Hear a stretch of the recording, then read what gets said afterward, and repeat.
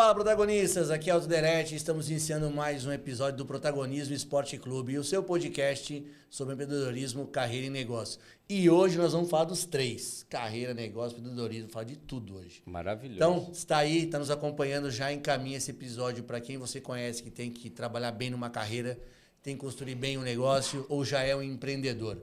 Encaminha que vai valer a pena. Hoje tem para todo mundo, então. Hoje tem para todos os gostos, o cardápio está completo. Pra quem quiser trocar, quem está trabalhando, quiser virar empreendedor, quem é empreendedor, quer ir para o mercado. Hoje tem. Para todo mundo. Hoje vai ser quente. E aí, como é que você tá, meu irmão? Eu tô bem, e você? Tudo ótimo. Sob controle? Tiaguito Salvaldi. Tô de verde em sua homenagem, como sempre. É da Nigéria, mas vale, né? Que triste, que triste. E da Nigéria? Nigéria. Olha só, Nigéria. olha só. E quem tá conosco aí? Bom, vou apresentar. Peraí. Eu tava esquecendo de uma parte importante. Tem que fazer merchan. Né? Temos que vender. Temos que ganhar fazer merchan. din-din. Temos que ganhar din-din. Tem que fazer merchan, é justo. Então, gente, vocês nos acompanham. Hoje eu vou de memória, eu nem preparei o celular. Olha aí. Não, mas os telefones eu vou esquecer. Peraí, deixa eu pegar aqui. Para quem está conosco e já sabe, a gente tem nossa querida patrocinadora, que é a Fader Estratégias Internacionais. Para quem não conhece, a Fader tem mais de 25 anos apoiando empresas ou marcas na parte internacional, seja na exportação ou na importação. Então, se esse é o momento da sua marca, procura o pessoal da Fader Internacional. Eles vão poder te ajudar muito, os atalhos, os melhores mercados, o que se adequa, onde tem mais espaço para o seu negócio.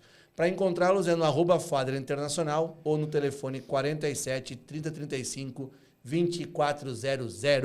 Fala lá com o time da Sheila e do Thiago, vocês vão ser super bem atendidos, tá bom? Maravilhoso. Merchan feito, agora vamos. Agora sim. Agora conta paga, boleto pago. Vamos lá. O nosso convidado de hoje, ele é formado em Engenharia Naval e Oceânica pela Politécnica da USP. Ele tem MBA na ESAD de Barcelona, mestre em Administração de Empresas pela FIA da USP e tem especialização em Inovação e Desenvolvimento de Novos Produtos pela University of Chicago e Estratégia e Inovação na Stanford. Já foi professor na FIA, na ESPM, na Universidade de Santa Cecília de Santos e é administrador de palestras em diversos eventos. Mais de 20 anos de carreira em empresas multinacionais e por 16 anos atuou na Red, chegando a presidente da divisão de Fleet Management. Atualmente é um multioperador de marcas como Reserva, Lacoste, Calvin Klein, Shoulder, Hope e Casa das Cuecas. Super bem-vindo, Gustavo Chicarino. Muito obrigado, Thiago. Muito obrigado, Elton. Grande, prazer estar aqui com Gustavo. vocês. Quem Obrigado. ouviu a descrição, acho que tem uns 150 anos. Eu ia perguntar assim, como que faz tudo aqui. isso? Bom, vendo os episódios, eu acho que eu sou o mais velho a chegar aqui, hein? Tenho quase certeza. Mas vamos lá. A gente não fazer uma acariação Fazer uma aí da acariação, idade, mas a experiência é robusta. Legal, cara. Eu sempre tive dois focos grandes, né? Primeiro o estudo, né? E depois a realização desses estudos, a tangibilização, né? Ou seja, tudo que eu pensei em fazer, eu sou um cara de planejamento, eu sempre fui, sempre gostei. Primeira coisa a planejar é a sua vida, né? Depois a carreira e aí sim o trabalho em si. Então, foi tudo desenhado de alguma forma. Errei muita coisa, atrapalhei outras, tive que redefinir decisões ao longo do caminho, mas eu sempre tive um foco e aí eu fui, né, me estruturando para poder chegar lá. Tinha, então, um plano inicial lá sempre atrás? Sempre teve. Um desenho? Por exemplo, quando eu já estava na faculdade, eu botei na minha cabeça. Eu fiz uma viagem bem interessante quando eu tinha de 20 para 21.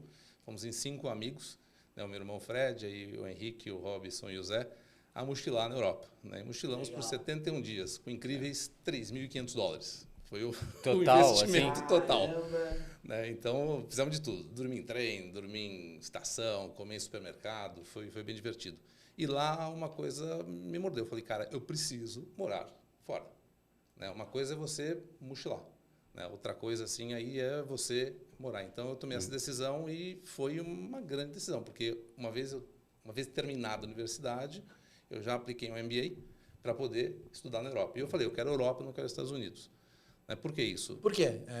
Na multiculturalidade europeia. Né? Ou seja, eu ia estar lá impactado por inúmeras culturas. Nos Estados Unidos eu ia estar muito centralizado na americana. Óbvio que eu ia estar, né, numa universidade me relacionando com outras pessoas, mas ainda assim seria... A potência da cultura americana ia consumir. Né? Exatamente. E aí, cara, estou falando de 93, né? Em 93, quase ninguém fazia isso, né? Ou seja, eram as pessoas mais velhas. Tanto que eu era um dos mais novos do MBA que eu fiz na ESAD, em Barcelona.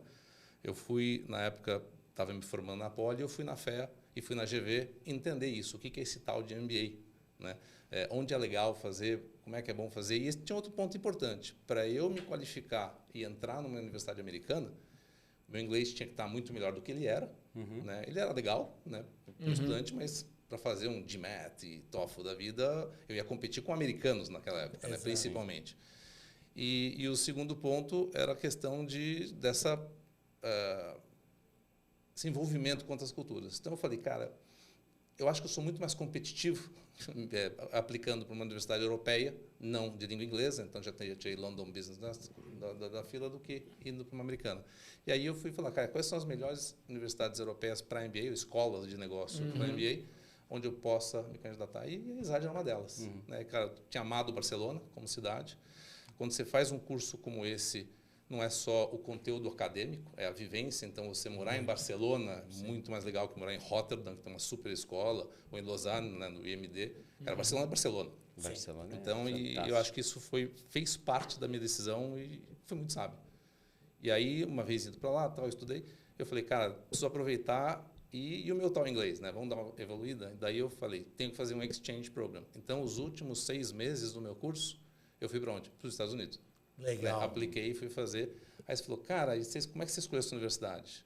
Falei, cara, um lugar onde são 4 meses, né? Porque não é o semestre inteiro, porque ainda voltei e fiz algumas matérias para terminar.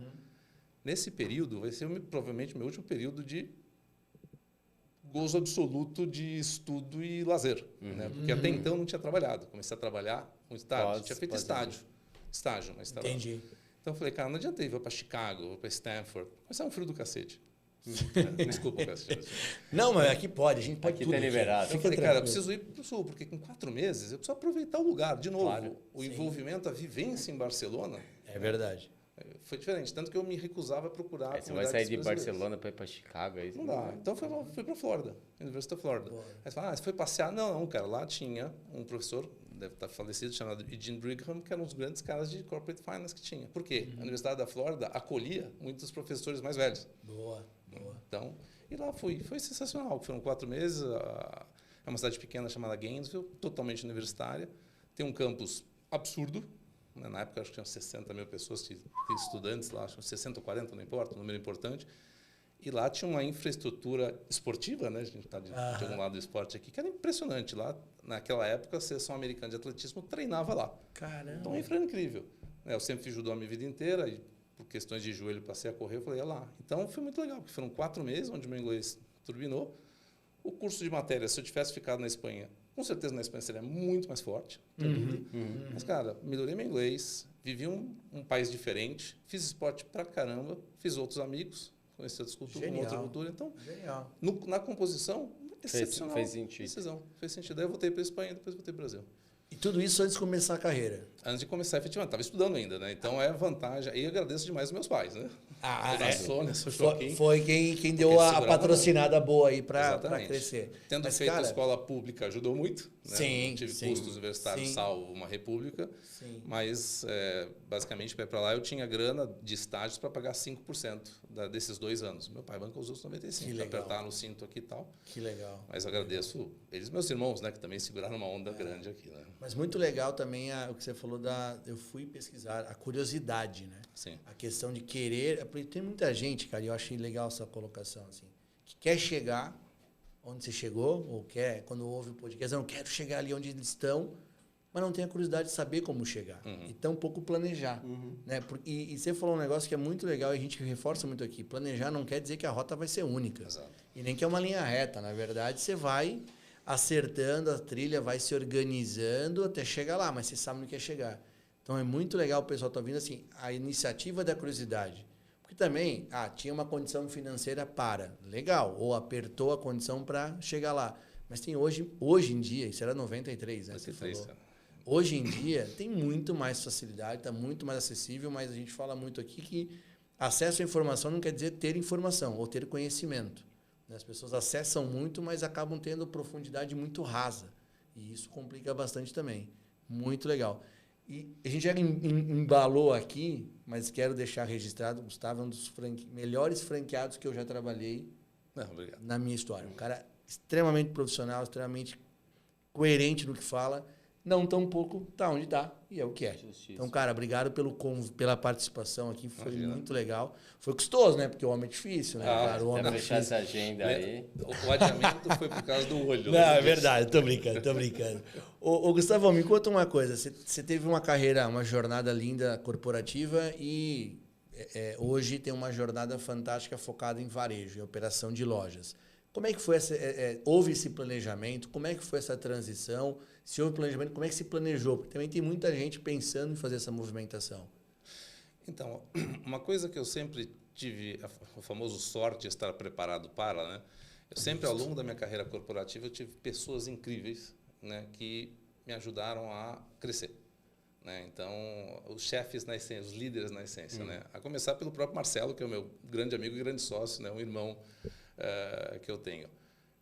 Ele foi o meu primeiro empregador aqui no Brasil, olha a coincidência. É mesmo? Exatamente. Quando eu voltei da Europa, eu voltei engraçado. Né? Engraçado nesse sentido, eu voltei com 25 anos, uma bagagem acadêmica super legal, né? Poli, mas MBA na Espanha, com exchange nos Estados Unidos, falando idiomas e tal. Só que experiência quase nenhuma. Zero, né? Né? Então eu batia nas portas e falei assim, cara, você tem aí, pelo currículo, você tem que ser gerente, mas desculpa, você não trabalhou, como é que você vai ser gerente, né?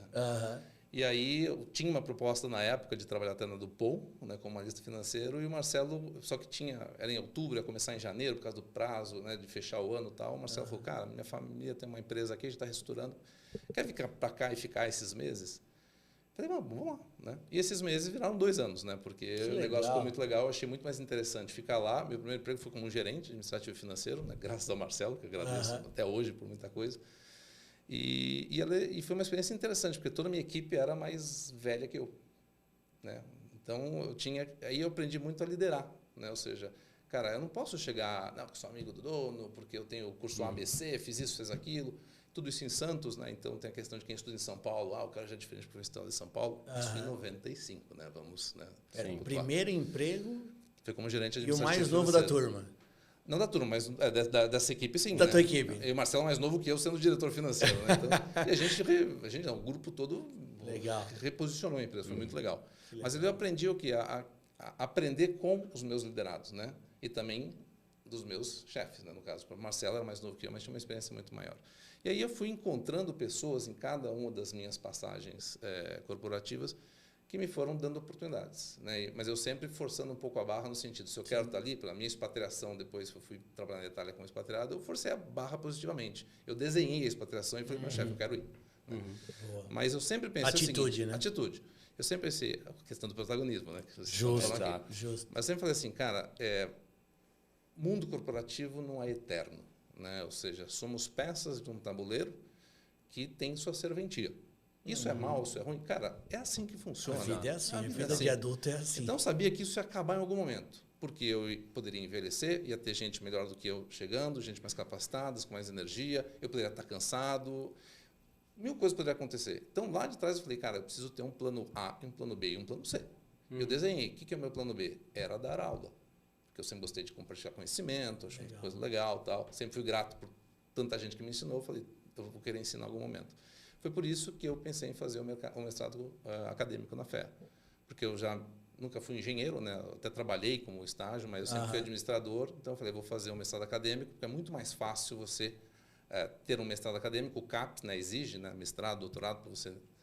Que as escolas tenham essa composição. Eu falei, eu preciso ter alguma diferenciação. Então, vou fazer o mestrado acadêmico para quê? Para dar aula para quê? Para ser um plano B. Porque plano B, cada professor não tem idade. Quanto mais velho, até melhor se a pessoa continuar se atualizando. Então, eu pensei muito.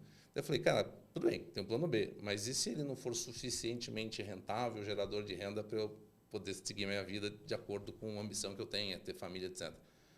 E foi aí que surgiu a questão de montar uma coisa que surgiu do nada. Foi o Marcelo que de novo me ligou, né? Já tinha saído da empresa que a gente trabalhava junto.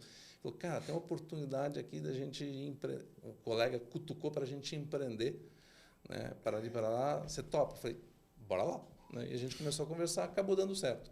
Então, na verdade, tudo isso foi um planejamento, né? De que o mundo corporativo acabaria em algum momento. Esse era o plano A, na verdade, o corporativo. O plano A sempre foi o corporativo. Até onde foi? O B era dar aula, e eu dei aula por um certo tempo, e o C, em algum momento, empreender. Era empreender. Então, foi planejado. Eu acertei as datas? Óbvio que não.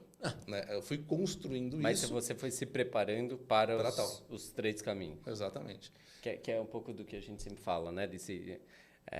Tem uma frase que é aquele famoso clichê precisa ser dito, e ele é clichê porque ele é assim, mas é melhor você estar preparado para uma oportunidade que vai aparecer do que aparecer a oportunidade e você não está preparado. Exatamente. Né? Então, dar para você mesmo opções de se movimentar quando as coisas ou acabam por sua vontade ou acabam porque elas têm que acabar mesmo, porque é isso que você falou. O mundo corporativo funciona assim. Você está entregando, você fica. Você não está entregando, você sai. O mundo muda, tudo muda, você muda e está tudo bem. E tem uma visão muito rica, cara. Primeiro, a gente concorda plenamente nisso. Acho que quanto mais preparado você está, mais chance para sua sorte você dá. Exato. Né? Então, assim, às vezes você se prepara para lutar judô e você vai virar atleta, depois faz atletismo. Às vezes você prepara para fazer um MBA em Barcelona e aproveita um período nos Estados Unidos. Eu acho que quanto mais a gente se preparar, mais chances vão surgir. E às vezes aquilo que a gente imaginou que era o plano A ou o plano B, acaba caindo por terra e vem o plano C, mas porque se preparou para isso. Uhum. E você se provou, ou vem se provando, talvez tão bom quanto ou até melhor do que os outros, de certa forma, no dia a dia. Ou não, mas é um plano. Né? Agora, eu fiquei com uma dúvida aqui, bicho. Manda. Essa visão, porque é uma visão muito legal que você teve. Em que momento? Tipo, com quantos anos você teve essa capacidade de enxergar, o corporativo tem um tempo, e o corporativo, a gente também não pode esquecer, às vezes o tempo não é nem da empresa com a gente, é da gente com o corporativo, não, né? Porque ele é cansativo. Ele é muito cansativo. Ele é desgastante, e quanto mais, a gente fala muito isso, quanto mais a gente cresce, mais pesado fica. As pessoas acham que quanto mais cresce, menos vão trabalhar. Pelo contrário, mais vão trabalhar e mais pressão vão ter. Em que momento você conseguiu ter essa visão super clara de que, cara, isso aqui tem um tempo, eu preciso ter o meu plano B, meu plano C, etc. O plano B ele veio numa situação... Sem querer saber a idade, não é para entregar a idade, não. É aberto, é aberto. Eu sou da década de 60. Pronto. No finalzinho dela. Está resolvido. Mas, assim, o plano B de dar aula ele surgiu de uma situação difícil que eu estava vivendo. Por exemplo, quando eu fui expatriado, né, para a Itália, isso em 2000. Quanto tempo de Itália? Fiquei 2 anos. E não foi só a Itália, né? Porque uma vez chegado na Itália, eu trabalhava na Origin, que é uma empresa de tecnologia da Philips, né? E essa empresa foi comprada pela Atos, né? Chamava Atos Origin, hoje chama-se Atos, é uma das maiores empresas de tecnologia da Europa. Na parte esportiva, Olimpíada e tal, se você vê os crachás, estão sempre com Atos, que eles, toda a parte de infra, de dados, tudo deles. Né? Então eu fui para lá, estava na Itália, 2 meses depois a empresa foi comprada, e virou um caos, né? Tanto que um dos livros que eu mais gostei, que você até perguntou, é aquele livro After the Merger, né? Ou seja, o que acontece depois de uma fusão.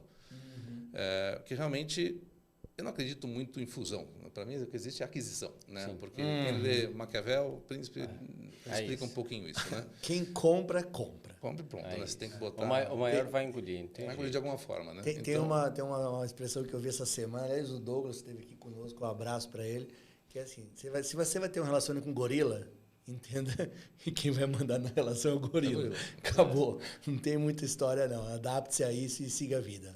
Mas esse livro fala de 7 pontos por que uma fusão dá errado, né? E acho que a Atos Origin, na época, 6 esbarrou.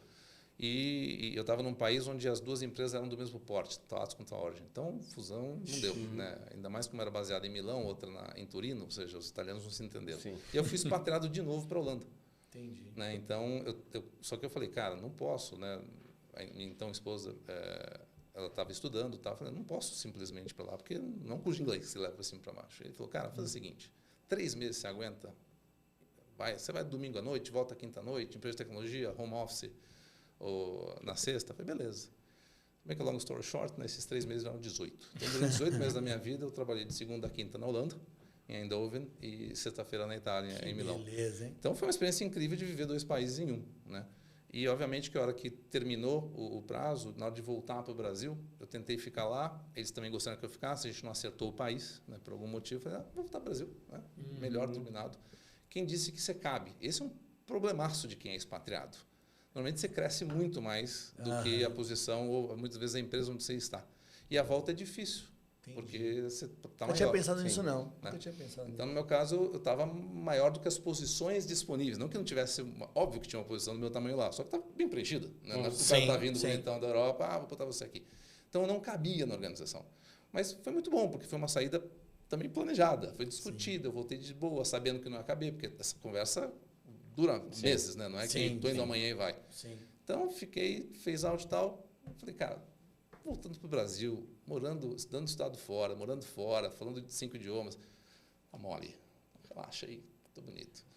Só que eu voltei junto com o Lula, né? Ou seja, foi 2002. Eu não estou julgando se o Lula é bom ou se o Lula é ruim, mas na época existia uma dúvida, cara. Nunca, né, no Brasil, alguém de esquerda tinha assumido o poder. Então, o Brasil estava em frangalhos, né? Frangalhos especulativos. Foi muito difícil achar a coisa. Que é pior do que você saber o resultado. Exato. É bom ser ruim, porque esse sentimento de incerteza para o mercado ele é péssimo.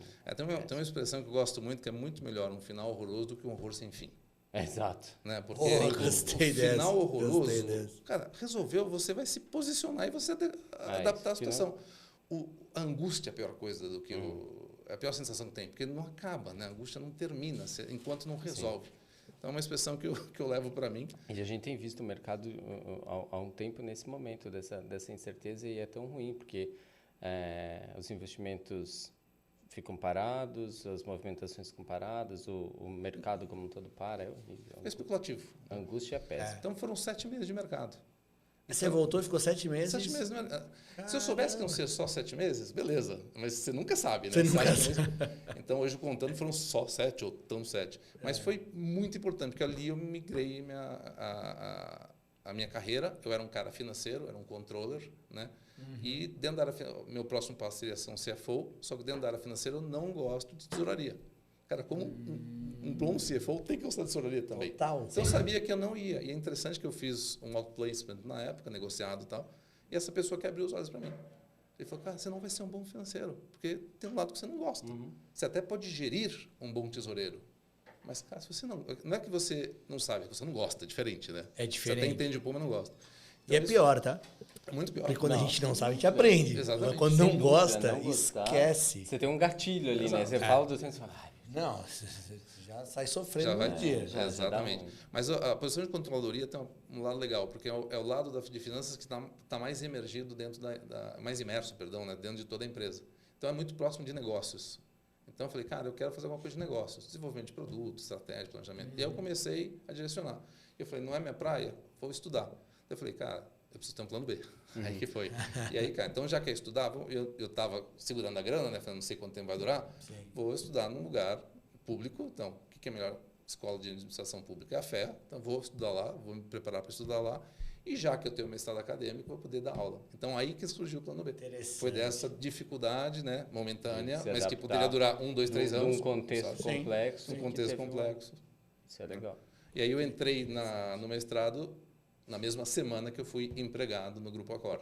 Você vê como as coisas acabam... É coincidência, não tem lógica nenhuma. Mas, enfim, deu certo, né? Sorriso aqui e bola que segue. Cara, eu não sabia dessa, não. E é legal, assim, a gente ver, porque muitas vezes as pessoas entram nessa espiral de desemprego ou de não achar uma oportunidade boa e começam também a se vitimizar. Você se diminui. Se diminui e tal. Que eu até, graças a Deus, nunca passei por isso, mas eu até entendo. Eu imagino que é um baque, mas é legal a gente poder dividir e levar essa informação para o pessoal que está ouvindo, porque é aí que você precisa também ressurgir de certa forma. Né? E eu acho que você fez um movimento interessantíssimo, cara, porque você era de uma área totalmente financeira e você foi se desbravar em outras. Se eu preciso me desbravar em outras, uma parte mais de gestão, mais de negócio, mais de produto, mais de desenvolvimento, eu preciso aprender. E vamos combinar, passado que você passou por tanto tempo de Europa, multinacional, puta bem reconhecido, botar o chapeuzinho da humildade e dizer assim, eu preciso aprender isso aqui porque eu não sei, é um processo de construção e de reconstrução muito legal. E não vem na hora, não é automático. Não, eu imagino que não foi no dia 1, claro, mas Você volta um pouco se achando. Né? Não tenho dúvida. Sim. A realidade vai se mostrando nua e crua. Aí você fala, caramba. Mas, de certa forma, você teria 2 caminhos, né? No passado todo esse momento, achar que você sempre é muito bom e nunca vai dar certo e culpar o universo. Exato. Né?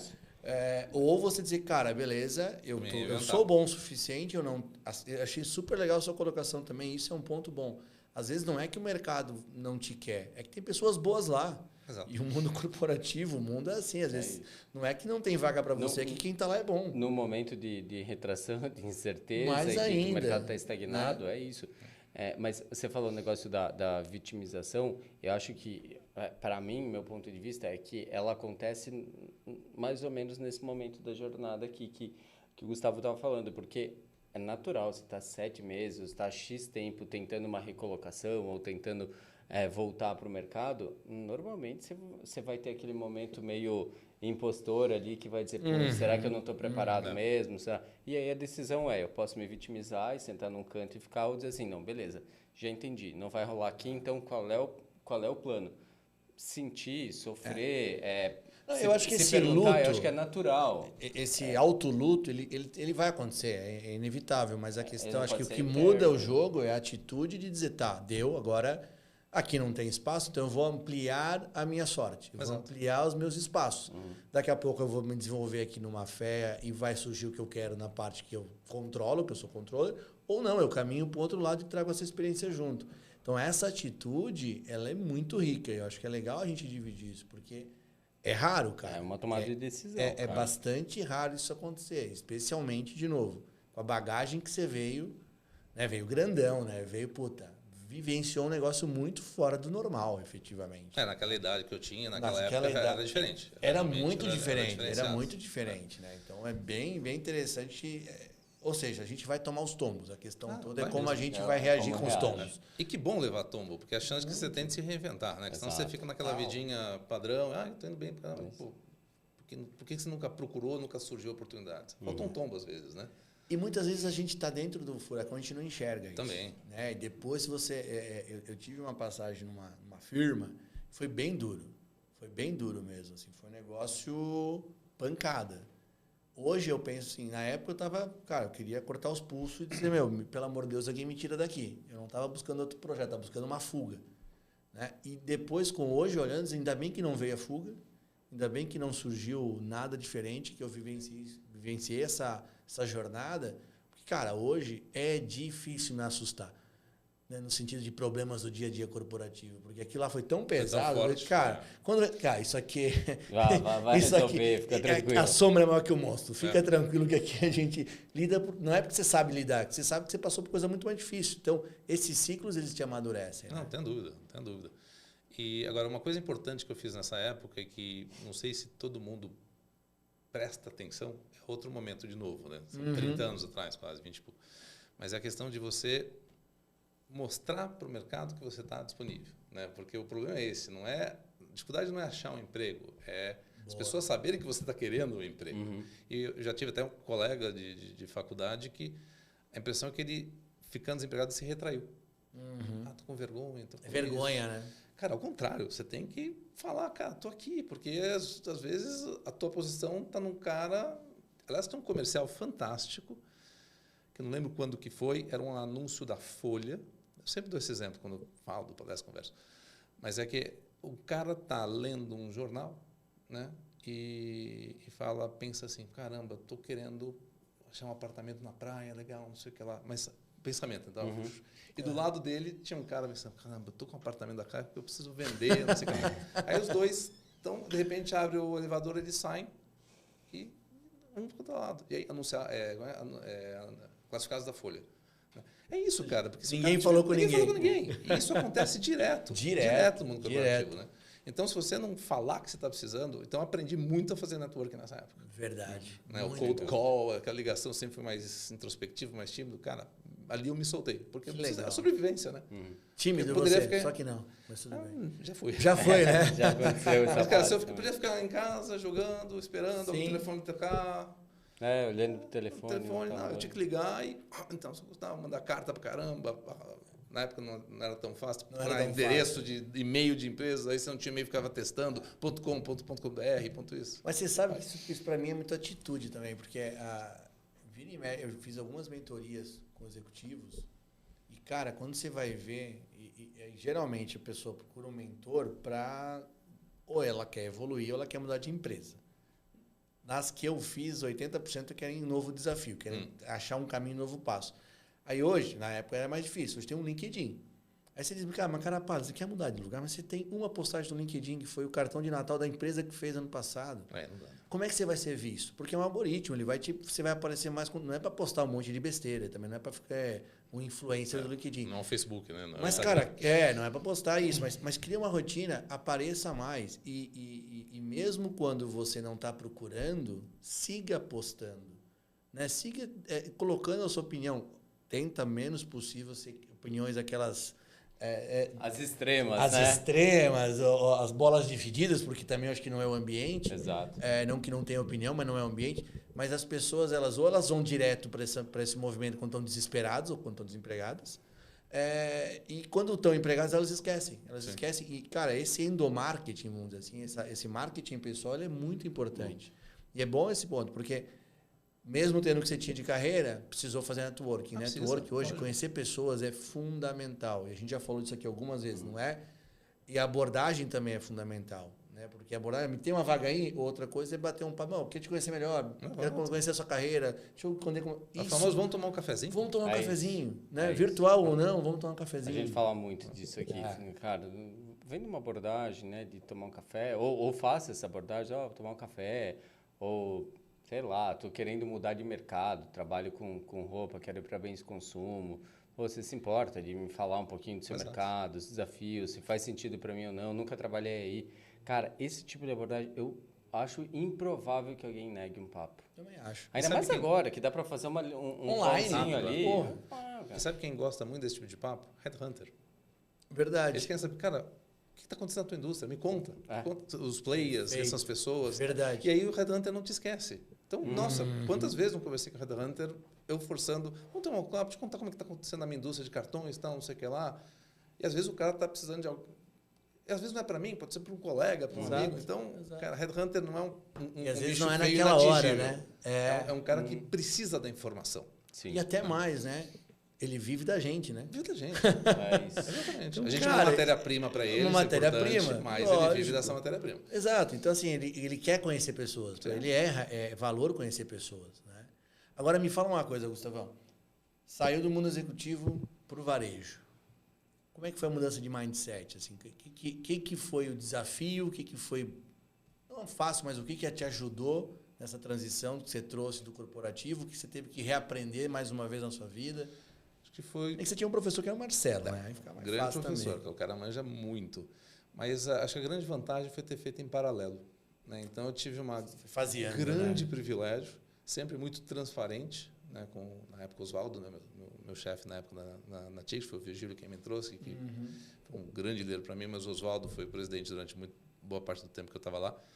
E sempre falei, cara, Oswaldo, estou pensando em abrir um negócio, tal, vai ser paralelo ao ticket, só que eu me comprometo. É à noite e de fim de semana. Quem vai tocar é mais o meu sócio, eu vou estar em paralelo. Me comprometo a não trabalhar. Falar, cara, te conheço, confio em você, vamos embora. E legal. Foi durante anos. A gente abriu, a primeira foi em 2009, né? E eu saí da Ticket em 2018. 9 anos em paralelo. Entendeu?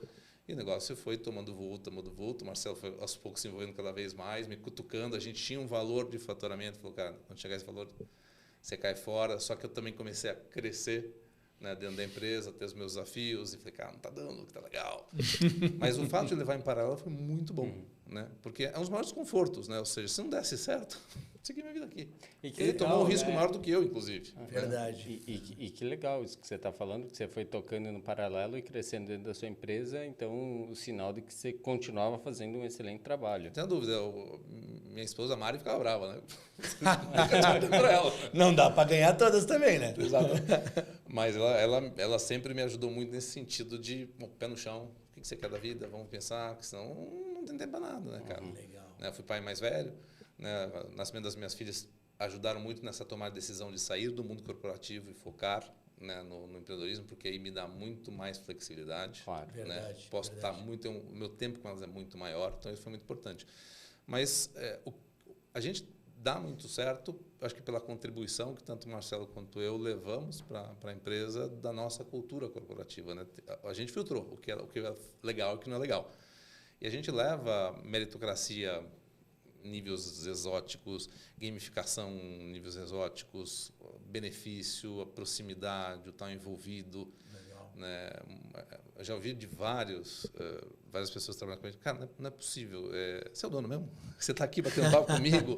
Né? Como se... Legal. Então, a gente, cara, eu sempre falei, sempre brinquei, na Ticket, principalmente, foi a minha grande escola, que o meu poder vinha mais do relacionamento com o baixo clero do que com a elite. Né? Porque eu sempre tratei igual, da pessoa mais simples, não importa quem seja, ao presidente. Igual, são seres humanos iguais, cara. Sim, a gente, a hora que passa a catraca, cada um tem uma hierarquia específica, dado experiências, vivências e oportunidades. Né? Mas, no fundo, nascemos iguais, vamos morrer igual, cara. Então, isso sempre me deu muito, entre aspas, poder. Né? O poder não negativo, o poder positivo. Né? E eu sempre fui galgando minhas coisas aos poucos. E a gente transmite muito isso para o que é o varejo. Né? Poderia ser qualquer outra operação. Legal. A gente decidiu pelo varejo, que é contagiante. Vocês são muito mais especialistas que eu nisso.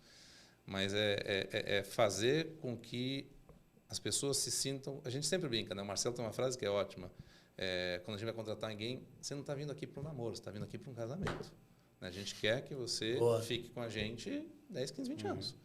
Tanto que as duas pessoas mais antigas que estão com a gente, né, a Rai e a Rô, né, a Railane e a Rohan, elas estão com a gente há fazer 12 anos. Que legal. Uma tem 32, a outra tem 30. Caraca. Tá? Então, ou seja, a gente conseguiu mostrar para elas de que ali existe algo além. A gente tem vários gerentes e vendedores com mais de 10 anos com a gente. Que legal. Que isso no varejo... Isso no varejo é raríssimo. Você encontra coisas maravilhosas, mas é raro. A gente consegue... Não, é raríssimo. É raro. E desse nível de tempo per capita aí... Exatamente. Raríssimo.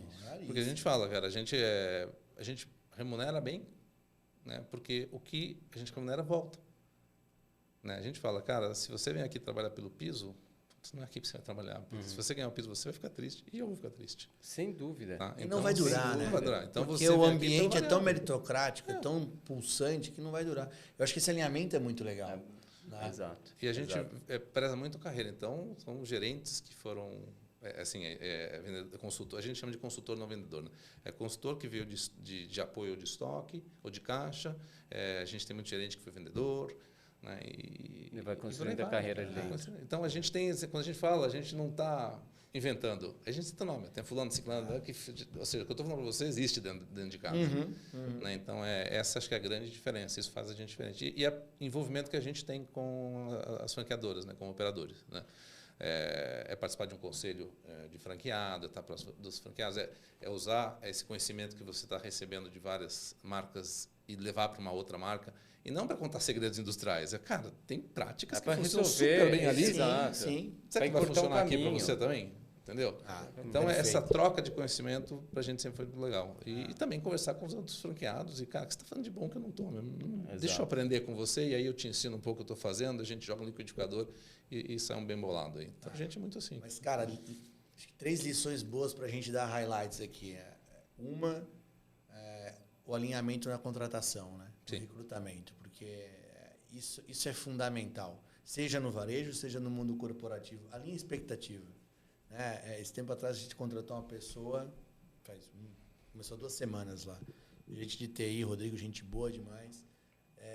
Cara, ele é muito acima do que a gente precisaria, talvez. Mas, cara, fez out de empresa, estava buscando. E eu falei, cara, se você vier, você precisa vir para construir um legado. Porque entre você e sua equipe tem um hiato, cara, tem um vale aqui que você precisa preparar o time para chegar perto de você.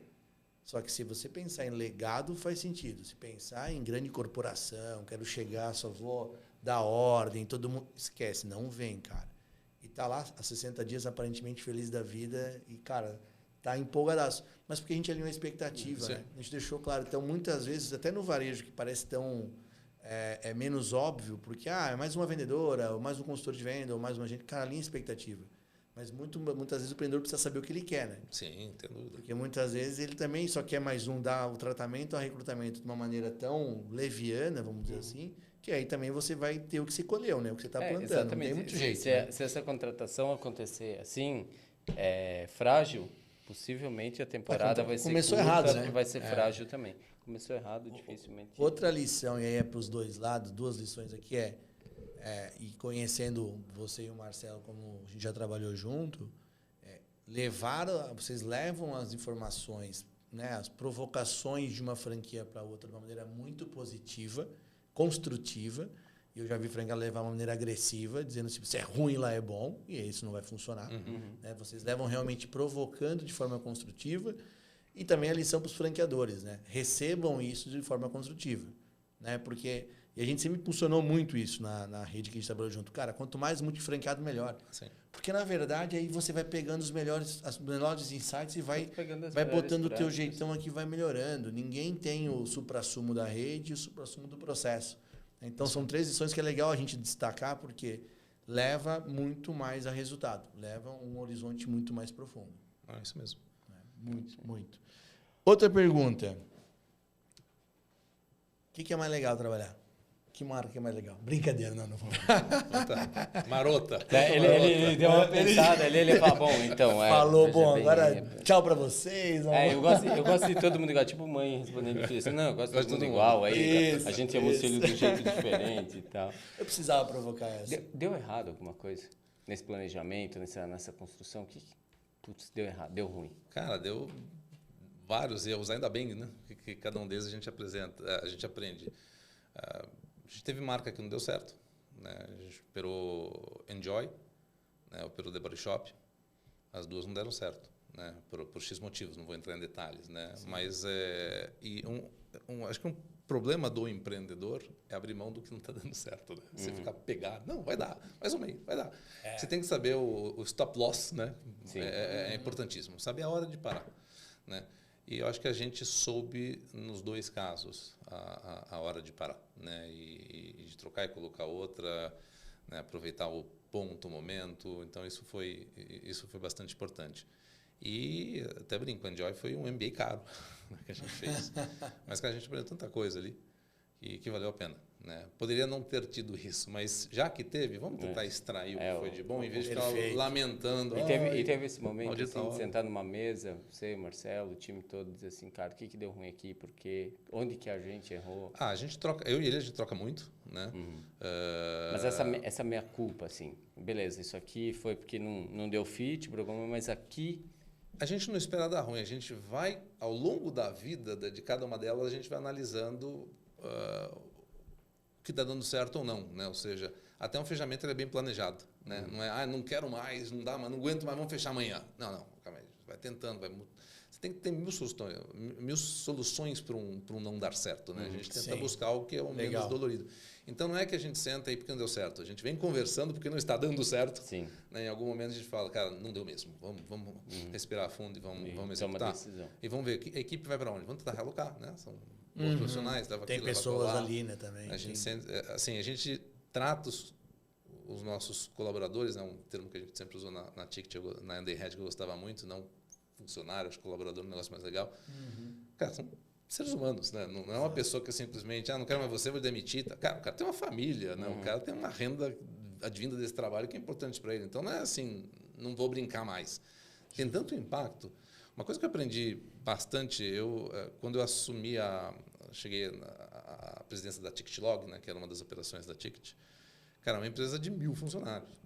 Né? Nós tínhamos, a TicketCar tinha 200 e pouco e foi uma fusão, a gente estava falando sobre isso, né, com a Grupo Goodcard, né, da Ecofrotas, que tinha 900 e pouco, deu mais de 1000. E primeira pressão francesa, vamos reduzir. Claro. Não vamos reduzir. Óbvio que tem que reduzir. Né? Agora, vamos ver qual a melhor maneira de fazê-lo. Né? Então, cara, você trata com seres humanos. Esse é o primeiro ponto importante. Então, não é matéria-prima, não é simplesmente um ativo que você está ali. Não, é um ser humano e isso tem consequências grandes da decisão que você toma sobre eles. Então, tem que ter tudo muito, muito bem conversado. Até, talvez, esperar um pouco mais o preju, né, para poder acomodar disso, porque vai ser melhor no final, né? Nem que seja para a sua consciência. Verdade, e consciência tem um peso. Como é que é a sociedade, cara? Como é que vocês se dividiram, você e o Marcelo? Onde teve problema, teve dia difícil? Assim, dia difícil teve, óbvio, mas Como é que, não teve, quando, tem. Sempre tem. Normal. Ainda quando bem que tem. Como né? é que vocês resolvem? Vai, vamos olhar por aí, então. Cara, a gente se conhece há, sei lá, 40 anos, né? Então é uma amizade. Assim, Saíram de da estudo. maternidade junto e foram abrindo um negócio. Será? É, quase isso. O Marcelo sempre foi o melhor amigo do meu irmão, né? Então, o Fred, entendi. né? Então, e aí ficou um grandiosíssimo amigo meu também, né? Então, primeiro tem um respeito muito grande entre os dois. Eu acho que cada um tem uma competência diferente, né? Temos competências comuns, mas acho que a gente se complementa em muita coisa. Legal. Ele segurou muito a onda, mas muito a onda, enquanto eu estava no corporativo, e ainda segura, porque ele está em Santos, né? Onde está a operação, então ele tem um envolvimento físico ali cotidiano, né? Eu passo 2 dias em Santos e 3 aqui. Então, cara, os 3 que eu estou aqui não é o mesmo grau de envolvimento que ele tem. Então, ele tem um envolvimento muito maior, né? Então, nesse lado, ele tem um esforço maior, ele tem mas o lado talvez de eu não estar tão imerso me permite também ver de uma forma diferente. Vem um pouco de cima, né? Mas a gente, os conflitos se resolvem conversando, cara, e na transparência. Cara, não está legal. Vamos sentar e conversar. Então, é não guardar, né? Boa. Não que a gente não guarde, às vezes guarda. Não, estou puto da vida, mas não deixa. Não é o dia, às vezes não é o dia, né? Mas pô, é importante você falar, cara, não tá legal isso. Ele já falou, pô, acho que você não está se envolvendo como deveria, você não está em Santos, você não vai morar em Santos. Cara, não vou morar em Santos, desculpa. O Mário não quer, porque a gente tem a nossa vida aqui, as meninas estão aqui, os avós estão aqui, a minha mãe está lá de vez em quando. Então, não, a vida é em São Paulo. Tá. Mas sempre tem essas cutucadas, né, que vêm. E são boas, porque realmente se eu estivesse lá, dá outro ritmo. Não tá? tenha dúvida. E a gente divide muito pela algumas atividades, alguns processos, né? A gente já tentou várias formas, por marca, por processo, e por aí vai. Hoje, processo vai mais do que marca, apesar que tem algumas marcas que um se envolve mais do que o outro. Entendi. Que facilita também até a comunicação, até não, com a franqueadora, né? Porque o operador eu falo, né? Tem 2 caras aqui, né? Sim. Então a gente se divide muito nisso, mas cara, comunicar, é conversar, é transparência, é abrir o coração quando você não está feliz, né? Boa. Deixar passar alguns momentos de respeitar o momento do outro, né? Que pode ser eu, pode ser ele, não importa, tá? Respeitar as ambições de cada um também, né? O fato dele não ter filhos ou ter filhos muda bastante também, né? Porque eu tenho uma demanda que ele não tem, né? E não estou falando se é bom ou se é ruim, são diferentes. Sim, estou claro. colocando isso. Claro. E tem que respeitar isso, e quando alguma coisa não está legal, cara, vamos sentar e bater um papo. E resolver. Cara, Então, que isso legal. é o mais importante. Que legal, porque a galera carrega muito, né? Você vai carregando, e chega uma hora que aí explode, aí não exato. tem mais diálogo, aí né? não tem mais espaço para carregar e a casa caiu já. Mas o mais difícil de uma sociedade é justamente essa relação entre sócios. Muita gente fala, tem que ser ímpar, né? Até para poder ter um voto de Minerva. Cara, a gente se acertou tanto sendo os dois, né? Que isso facilitou tanto. Agora, dado uma relação de respeito, acima de tudo, que tem entre os dois, de reconhecimento de competências, né?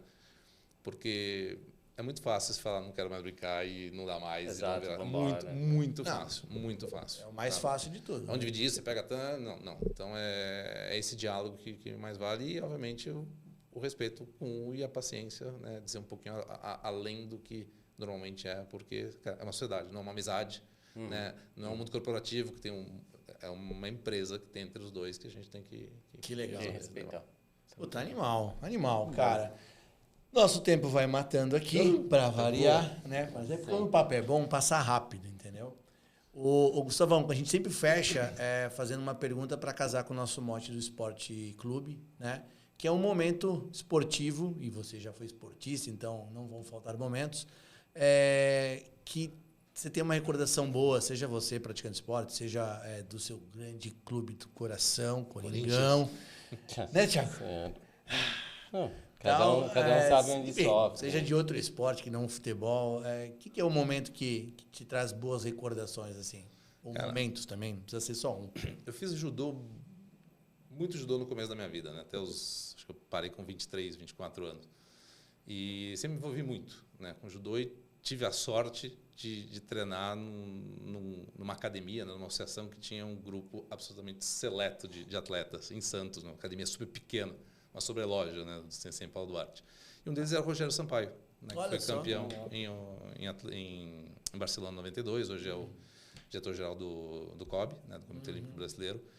E ele é 2 anos mais velho que eu, e a gente sempre foi muito amigo, muito próximo, né? E acho que o momento... sou faixa preta, fui campeão brasileiro em equipe, fui vice-campeão catalão quando estava na Catalunha. e decidi, longe de ter amigos que chegaram em níveis muito incríveis, né? Que hoje são são professores, mas o Rogério, cara, ele teve uma situação importante, que foi a perda de um irmão num momento importante. Ele chegou a pensar em sair do judô, conseguiu, não sei se vocês conhecem a história dele, né? Voltar.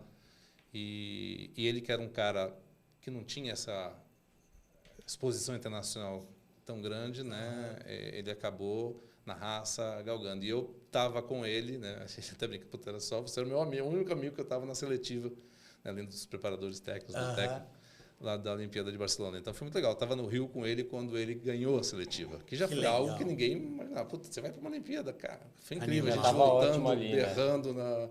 na Dutra, voltando para Santos. No carro dele e tal. Então, esse momento para mim foi incrível. E o momento dele foi quando ele foi campeão olímpico, né? Que é um negócio... Se a gente... Eu sou um cara que... Eu sou muito difícil de chorar. Eu não me vanglorio por isso. A minha esposa briga, minhas filhas, a Carol, a Bia... Não, mas você não chora, você já chorou na vida. Eu falei, quando eu era pequena eu chorava. Eu nunca mais chorei. Eu sou um cara meio chato para chorar, porque é muito ruim, né? Não é positivo. Mas tem uma coisa que me tira do sério, são duas coisas. É falar de pai, né? Que meu pai já faleceu e eu sendo pai, isso me mexe. E outra coisa é esporte. Que legal. Vem lágrima no meu olho quando eu vejo alguém ser campeão olímpico. Que legal. Porque eu remeto, né? Eu nunca cheguei nem próximo disso, mas eu conheço de perto alguém que chegou. Eu tenho outro, tem o Thiago, o Leandro Guilherme, que também foi 2 vezes medalhista, super amigo, a Dani Zangrando, que participou de Olimpíada também. Legal. Então, eu tenho muitos amigos que... O Daudi, que foi multicampeão mundial veterano. Então, realmente conheço muita gente do judô que é muito vitoriosa. Então, cara, quando você vê um cara chegando onde chegou, isso vem lágrimas nos meus olhos, né? E realmente, ver o Rogério e a forma que ele ganhou, cara, eu não me canso de ver as lutas dele. Foram lutas bonitas. Judô, hoje em dia, é um esporte meio chato de ver, porque é muita força física, né? Ninguém pega no kimono, fica largando, tá rasgando. Sim. Naquela época... Era plástico, né? Eu lembro. E o Rogério, cara, as lutas dele, ele era o cara, se eu não me engano, ele puxa minha orelha se falar besteira, ele era o cara, se eu não me engano, mais alto da categoria, né? E ele precisava perder peso. A gente era louco. A gente, quando competia, vai correr na praia de saco plástico para perder peso. Um negócio meio louco que a gente fazia. Não tinha toda essa preparação que tem hoje, né? Sim. Então, a gente fala que, acho que, se não me engano, acho que você pesava um dia antes do que competia. No dia do peso, você comeu o dia inteiro comeu só um pêssego. Então, ele era o cara mais pesado e mais alto, né? E mesmo assim, a plástica, as lutas que ele fez, cara, que legal. Lindas, tudo muito esponse. Então, aquilo realmente, para mim, fica na memória e, mesmo vendo hoje, vem lágrima, porque daí você também lembra do Ricardo, do irmão dele. Que legal. Então, ele mora em São Paulo? O Rogério mora no Rio, né? Por causa do Covid, mas então quando vem em São Paulo, tá convidado aqui. Convidadíssimo. Cara, papo com ele ali, se quiser, eu vou bater um papo com ele, que realmente... Ele gosta de falar, viu? Pô, então já tá convidadíssimo, você já estenda o convite lá, que vai ser um prazer tê-lo aqui e contar uma história linda dessa. Maravilhoso. Professor, obrigado. Imagina, eu que agradeço. Que honra tê-lo aqui, cara. Bom. Foi muito bom mesmo. Parabéns pela trajetória, pela história. Parabéns aí. Manda um abração pro Marcelo. O Marcelo é um avatar, na verdade. Você não conheceu, né? Não conheci ele.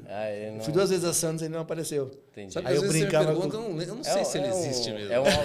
Eu ia perguntar, não é um alter ego? Não, aí eu falei um dia para ele assim, na verdade o Marcelo é teu avatar. Quando você quer falar algo ruim, você fala que foi o Marcelo. Exato. Né? Ó, isso aqui não deu certo, o Marcelo mandou brigar com vocês. Entra numa reunião de câmera fechada, lá, Marcelo. Mas um abraço pro Marcelo, queridão. Pode também. Ser, cara, obrigado mesmo pela confiança aí de estar conosco aqui. Tenho certeza que ajudou muita gente, viu? Imagina, agradeço demais o espaço e parabéns pelo projeto. Muito legal mesmo.